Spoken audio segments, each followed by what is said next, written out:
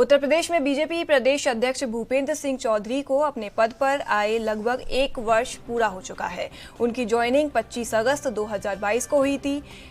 इन 1 वर्षों में प्रदेश अध्यक्ष के लिए पार्टी की कई चुनौतियां रहीं, तो वहीं कई उपलब्धियां भी रहीं। भूपेंद्र सिंह चौधरी के नेतृत्व में पार्टी ने रामपुर लोकसभा उपचुनाव और आजमगढ़ लोकसभा उपचुनाव के अलावा स्थानीय निकाय चुनाव में बीजेपी को जीत दिलाई। अब भूपेंद्र चौधरी के हाथों में 2024 लोकसभा चुनाव की कमान रहेगी। वहीं भूपेंद्र चौधरी ने कहा कि आज देश प्रधानमंत्री नरेंद्र मोदी के नेतृत्व में आगे बढ़ रहा है। उत्तर प्रदेश का एक कार्यकर्ता प्रधानमंत्री नरेंद्र मोदी को फिर से देश का प्रधानमंत्री बनाने के लिए संकल्पित है। केंद्र और राज्य सरकार की कल्याणकारी नीतियों से आम जनता को लाभ पहुंच रहा है। गरीबों को सरकार की योजनाओं का सीधा लाभ मिल रहा है। इन्हीं सब बातों को लेकर हमारे संवाददाता ने भूपेंद्र चौधरी से बात की। विश्व की सबसे बड़ी पार्टी भारतीय जनता पार्टी के उत्तर प्रदेश प्रदेश अध्यक्ष भूपेंद्र चौधरी का 1 वर्ष पूरा हो रहा है कल। कई उपलब्धियां रहीं तो कई चुनौतियां भी रही। हमारे साथ ज़्यादा बातचीत करने के लिए प्रदेश अध्यक्ष भूपेंद्र चौधरी जी खुद मौजूद हैं। सर, किस तरह से 1 वर्ष के कार्यकाल को आप देख रहे हैं? नहीं, भारतीय जनता पार्टी का एक विचारधारा से जुड़े लोगों का समूह है और हमारा एक जीवंत संगठन है। एक मिशन रूप में मिशन मोड के रूप में हम लोग काम करते हैं और बड़ी संख्या कार्यकर्ता भारतीय जनता पार्टी की इस विकास यात्रा को आगे बढ़ाने का काम करते हैं। मुझे मिड सेशन में काम मिला है। स्वतंत्र देव जी की सरकार में मंत्री बनने के बाद पार्टी ने मुझे ये दायित्व दिया है, तो उन सब कार्यकर्ताओं के विश्वास के साथ काम करते हुए जो भी पार्टी का विषय है, पार्टी के कार्यक्रम है, पार्टी के अभियान है और चुनाव है, क्योंकि भारतीय जनता पार्टी केवल चुनाव के समय सक्रिय रहने वाली मशीनरी नहीं है जी।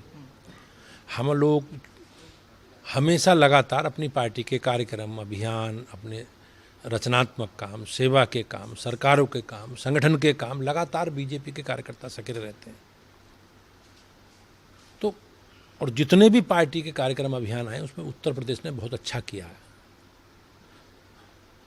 जहाँ तक चुनौती का आपने कहा, तो चुनौती हमेशा बेहतर करने की है और अपनी सरकार के अपने विचार से जुड़े कामों को या अपने विचारधारा से जुड़े विषयों को जन जन तक कैसे पहुंचाएं, ये हमारे लिए चुनौती है।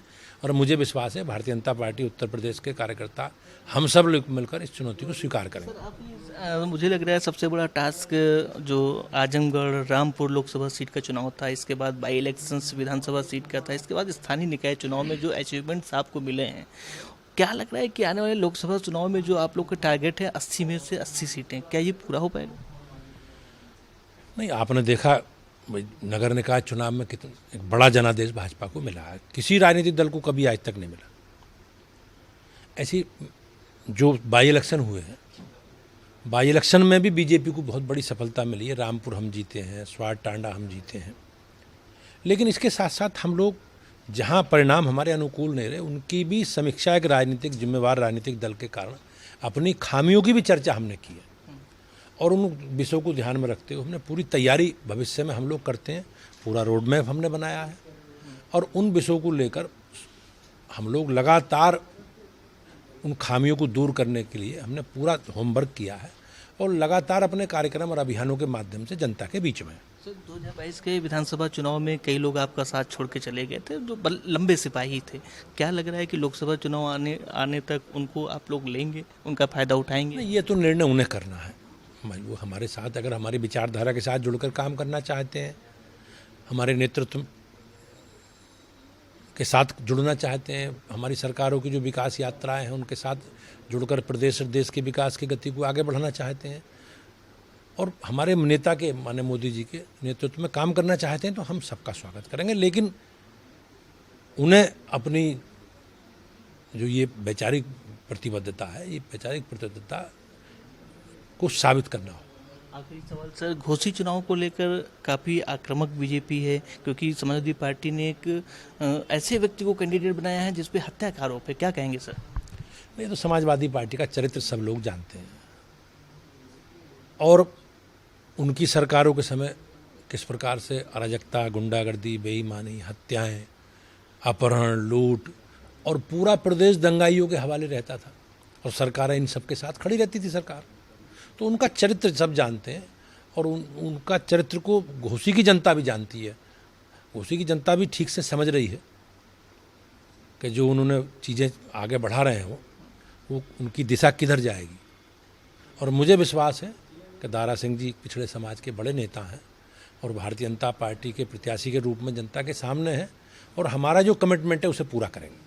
धन्यवाद बातचीत करने के लिए। आप भारतीय जनता पार्टी के प्रदेश अध्यक्ष भूपेंद्र चौधरी जी, जिनका साफ तौर से कहना है कि भारतीय जनता पार्टी की जो विचारधारा से जो जुड़ेगा, जिसको पसंद आएगी, वो निश्चित तौर से भारतीय जनता पार्टी में रहेगा और भारतीय जनता पार्टी उसको सम्मान भी करेगी। कैमरा पर्सन सौरभ के साथ अंकित श्रीवास्तव, एनबी न्यूज, लखनऊ।